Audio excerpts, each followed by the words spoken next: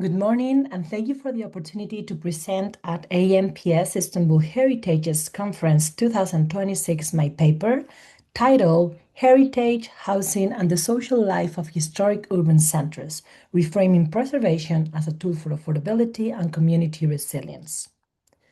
My name is Maria Gonzalez Aranguren, and I'm an assistant professor at University of Virginia School of Architecture. Today, I would like to talk about something that I think is one of the most pressing contradictions in contemporary urban planning. The fact that the neighborhoods we have decided that are the most worth protecting are often the ones that have become impossible to live in. My argument is that this is not inevitable. Heritage conservation and an affordable housing are not competing goals. They are, or at least they should be, the same goal. The paper develops this argument through three theoretical frameworks: Neil Smith's rental gap theory, Sharon Sukin's concept of the symbolic economy of the city, and Henry Lefebvre's right to the city. And also the paper tested again practical case studies in Lisbon and Madrid. I want to show you why these tools matters and what responses are already working. So let me start with the problem. Historic neighborhoods like Alfama in Lisbon or Lavapiés in Madrid are protected because of their cultural significance, their architecture, and also their layered social histories. But that protection had an intended consequence. It has made them attractive not just as places to live, but as an investment asset. Between 2015 and 2022, rental prices in Lisbon increased by approximately 65%. More than 30% of the housing stock in central neighborhoods was converted into short-term tourist accommodation. The families, elderly residents, and working communities that gave these districts their charter are being pushed out. And here is the paradox. We are preserving the buildings while destroying the communities that made those buildings meaningful in the first place. To understand why this happens, it helps to look at the economic mechanisms that drives it. The urban theorist Neil Smith argued that gentrification is not random. It follows a structural logic that he describes as the rent gap, the difference between the income a property currently generates and the much higher income it could generate under a more profitable use. In historic centers, tourism dramatically widens this gap. A residential apartment rented to a local family at a regulated price regenerates a modest income. The same apartment listed on Airbnb can generate several times that amount per square meter, depending on the area of the city. This is not a market failure. This is the market working exactly as Smith is arguing. Some research shows that 1 percentage point increase in Airbnb concentration in Lisbon neighborhoods is associated with property prices increases of over 3%, with the strongest effects concentrated in historic centers and tourist hotspots.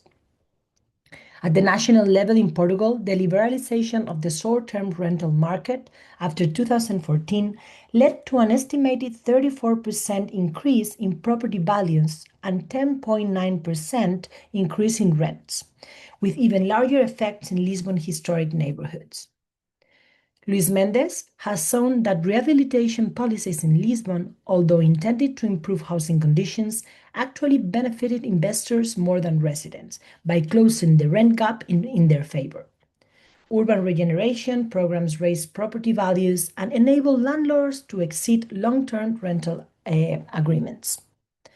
In Madrid, also, platform-mediated short-term rentals have been identified as a major driver of a new wave of transnational gentrification, with rental prices in central neighborhoods rising sharply alongside increasing tourist arrivals between 2015 and 2018.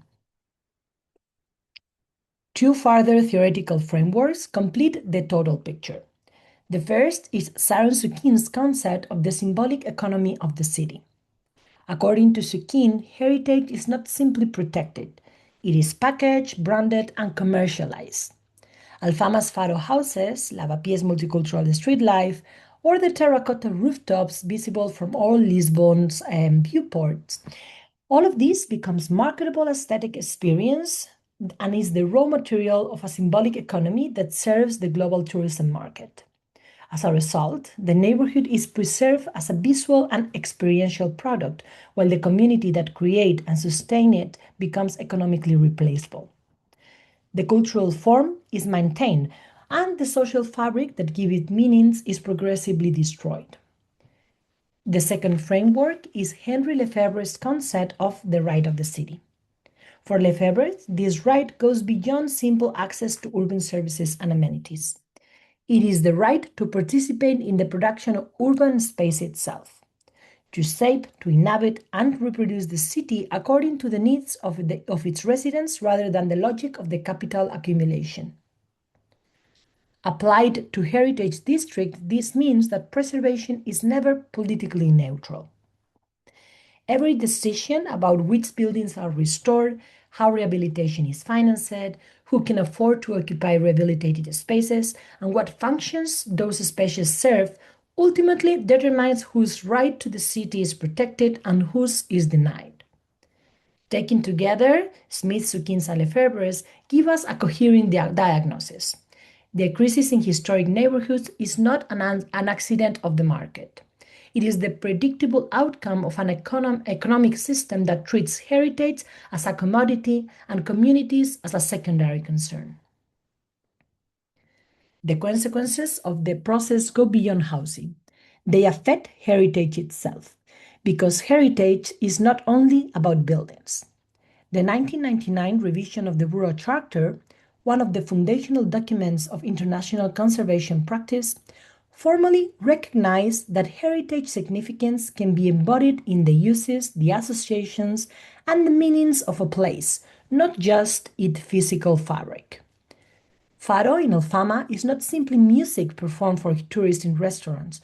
It is a cultural practice rooted in network of social relationships, shared memory, and community continuity that rely on the presence of a stable residential community to continue. When that community is dispersed by economic pressure, the practice persists only as a simulacrum. It becomes a performance for visitors rather than a living expression of a residential community.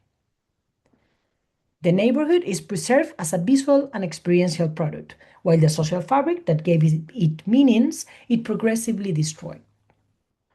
Sequeira and Nofre describe the process in Alfama as touristification, as a transformation of the neighborhood into what they call an outdoor hotel, which they identify as the most aggressive contemporary form of accumulation by dispossession affecting working and lower middle class residents.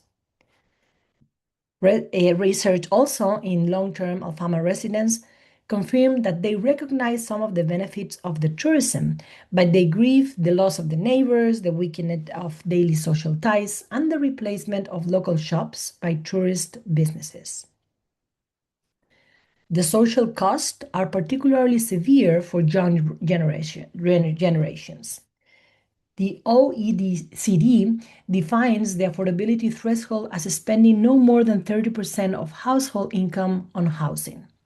In Lisbon, some research shows that young adults are systematically spending well above that threshold, with prolonged co-residence with parents as a result. In Spain, the age at which young adults leave the parental home has been rising significantly across all income levels.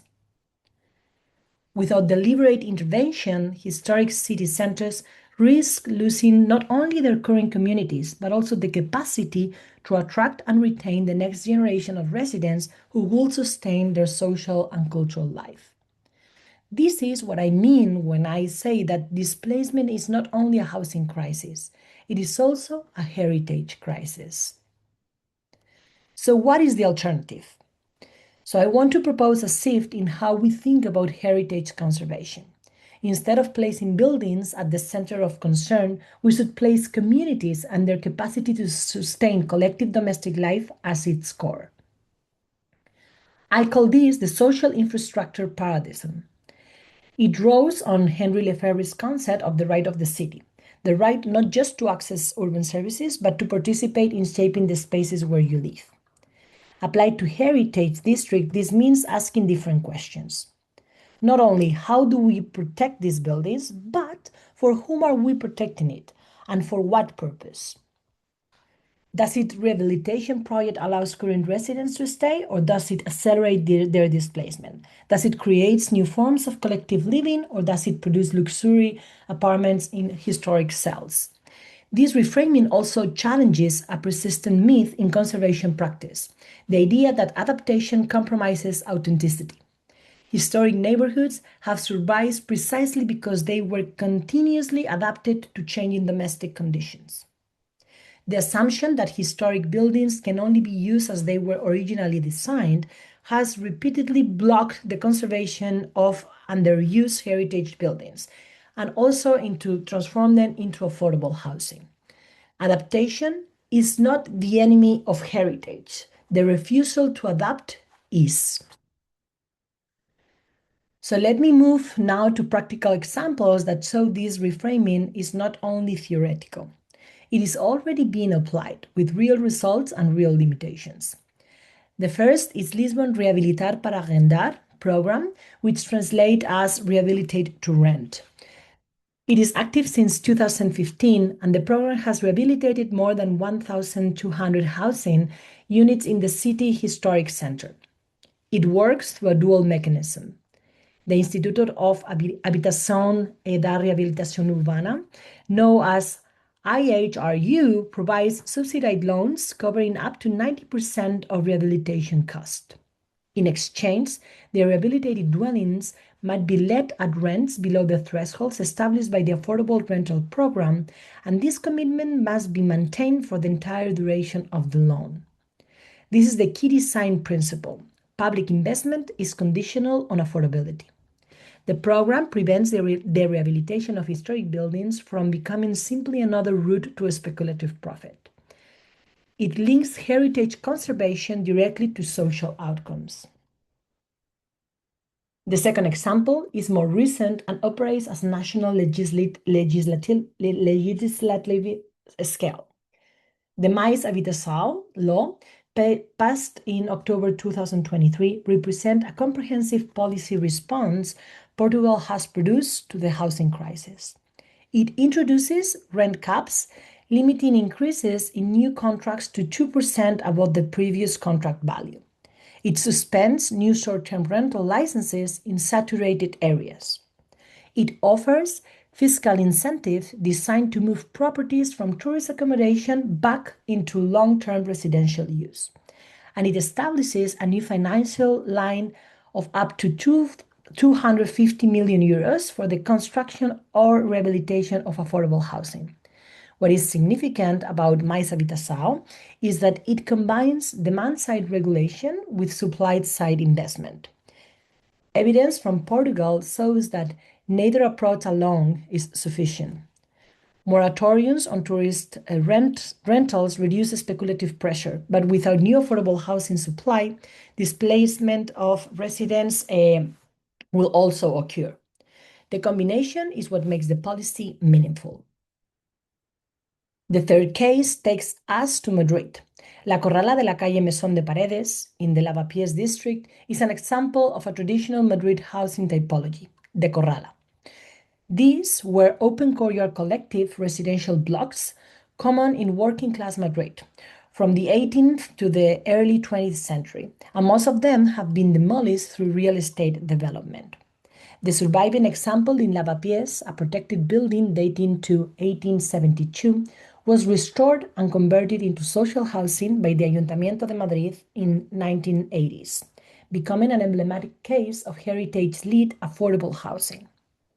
What makes this case interesting is what the typology itself demonstrates. The Corrala's shared courtyard, open galleries, and the constant visibility between private dwellings and collective spaces, and anticipate many of the spatial principles now advocate in contemporary co-housing and cooperative housing models. The architecture of collective domestic life was not invented recently. It was embedded in the historic urban fabric of working class neighborhoods, especially in Madrid and Lisbon, and it can be converted. Building on these precedents, I want to present a design proposal that attempts to bring together heritage conservation, affordable housing, and sustainable urbanism at the scale of urban block. The project is called Alfama 2.0. Its central premise is that buildings in Alfama should not be understood as static artifacts, but as permeable structures in which private and public spaces interact. The proposal rehabilitates the historic fabric at block scale, rather than building by building, creating semi-public spaces that strengthen social cohesion. Facades and iconic colored tile surfaces are preserved. Interiors are reconfigured to meet contemporary housing standards, and ground floors open onto courtyards and passages that extend into the neighborhood's collective network. Small libraries, co-working spaces, and community kitchens are distributed vertically throughout the building, reflecting a Mediterranean urban tradition in which public life is not confined to the street, but permeates staircases, rooftops, and also balconies.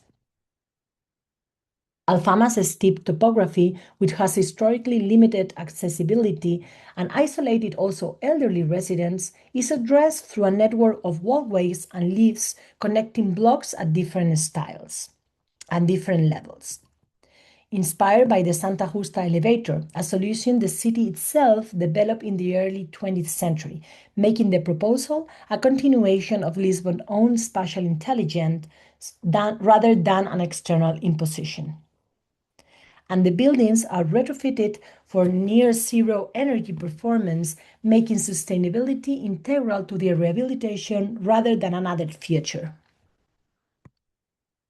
The cases and the design proposal point to a set of principles that I believe are transferable beyond Lisbon and Madrid. First, public investment in historic rehabilitation must be conditional on affordability. The Rehabilitar para Arrendar model shows this is feasible. Second, regulation of short-term rentals must be combined with supply-side housing investment. Neither tool works effectively alone. Third, rehabilitation should be planned at the scale of the urban block, not the individual dwelling. Block-scale strategies create the shared infrastructure for community life that isolated interventions cannot. Fourth, heritage authorities need to recognize social use as legitimate conservation criteria. A historic building occupied by a stable residential community is better preserved, in any meaningful sense, than one that stands empty or is used exclusively by short-term visitors. And fifth, community participation is not a procedural requirement. It is the mechanism that ensures design response to real needs rather than speculative visions. So let me close with the argument I want to leave you with. The financialization of housing, the commodification of heritage, and the displacement of long-term residents by short-term tourism and economies are a global phenomenon. They affect historic cities from Barcelona to Kyoto, from Dubrovnik to Marrakesh. In all of these contexts, the same structural logic that Smith identified is at work. Heritage status increases allocations desirability, which increases property values, which makes residents use economically irrational for owners in an unregulated market, which produces the symbolic economy that Sukins described, and which progressively denies the right to the city that Lefebvre's argue communities are entitled to. Reversing this logic requires a more fundamental shift in how we conceptualize heritage. Not as a category of objects to be protected from change, but as a category of living environments whose value lies in their continued inhabitation by diverse and economically varied communities. A neighborhood that has been emptied of its permanent residents in order to preserve its architecture is not a heritage success. It is a heritage failure that happens to be well maintained. The tool to do better already exists. The programs, the typologies, the design strategies are already there. What it is still required is the institutional commitment to use them on a meaningful scale. and to measure heritage conservation not by the condition of facades, but whether the people who gave those facades their meaning are still there. So thank you very much for your time.